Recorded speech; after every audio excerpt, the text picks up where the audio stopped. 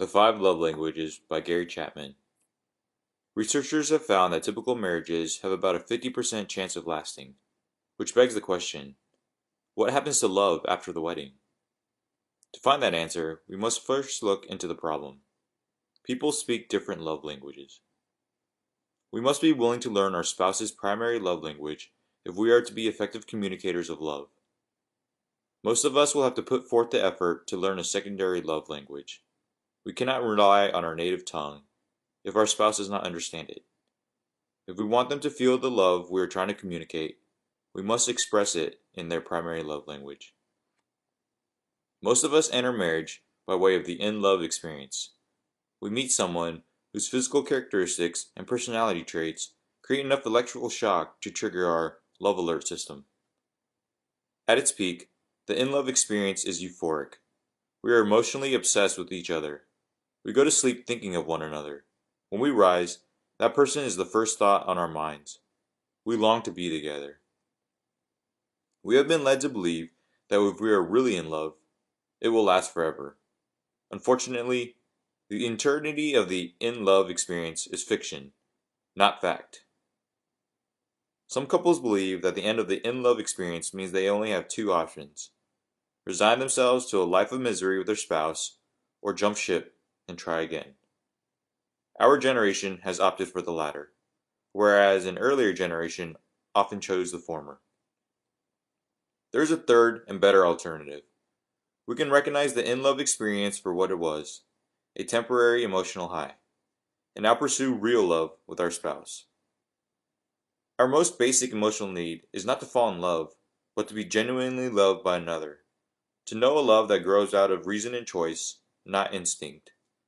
I need to be loved by someone who chooses to love me, who sees in me something worth loving. The first way to show our love is through love language number 1, words of affirmation. The object of love is not getting something you want, but doing something for the well-being of the one you love. It is a fact that when we receive affirming words, we are far more likely to be motivated to reciprocate and do something our spouse desires. Another form is through encouragement. The word encourage means to inspire courage. All of us have areas in which we feel insecure. Most of us have more potential than we will ever develop. What holds us back is often courage. Maybe all you or your spouse needs is a little encouragement. Remember, psychologist William James said the deepest human need is the need to feel appreciated. Words of affirmation will meet that need in many individuals. The next love language is quality time.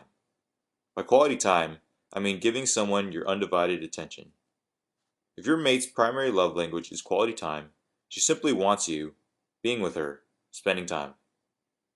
You're giving each other 20 minutes of your life, and since you will never have those 20 minutes again, you're giving your lives to each other. It is a powerful emotional communicator of love. The essential ingredients in a quality activity are: at least one of you wants to do it, the other is willing to do it, and finally, both of you know why you are doing it, to express love by being together. And where do we find time for such activities, especially if both of us have vocations outside the home? We make time, just as we make time for lunch and dinner. Why? Because it's just as important to our marriage as meals are to our health. The third love language is receiving gifts. A gift is something you can hold in your hand and say, "Look, he was thinking of me," or "She remembered me." You must be thinking of someone to give them a gift. The gift itself is a symbol of that thought. It doesn't matter whether it costs money. What is important is that you thought of him. Gifts may be purchased, found, or made. If your spouse's primary love language is receiving gifts, you can become a proficient gift giver. In fact, it is one of the easiest love languages to learn.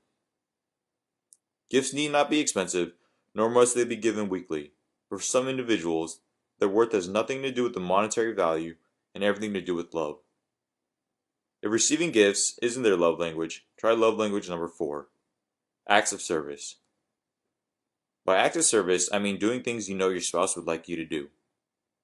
Love is a choice and cannot be coerced. Each of us must decide daily to love or not to love our spouses. If we choose to love, then expressing it in the way in which our spouse requests will make our love most effective emotionally. People tend to criticize their spouse most loudly in the area where they themselves have the deepest emotional need. Their criticism is an ineffective way of pleading for love. The final love language is physical touch.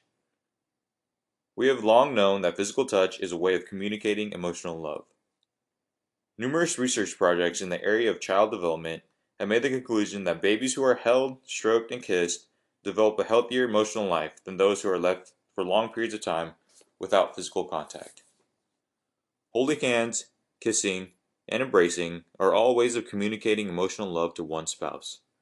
For some individuals, physical touch is their primary love language. What is your primary love language? What makes you feel most loved by your spouse? What do you desire above all else? When you're trying to figure out your primary love language, it helps to look back over your marriage and ask, what have I most often requested of my spouse? Whatever you have most requested is probably in keeping with your primary love language. Don't forget, we are creatures of choice. If we work at it and we discover the primary love language of our spouse, we can choose to speak it whether or not it is natural for us. Love is a choice, and either partner can start that process today. If this video added value to your life, please like, comment, and subscribe.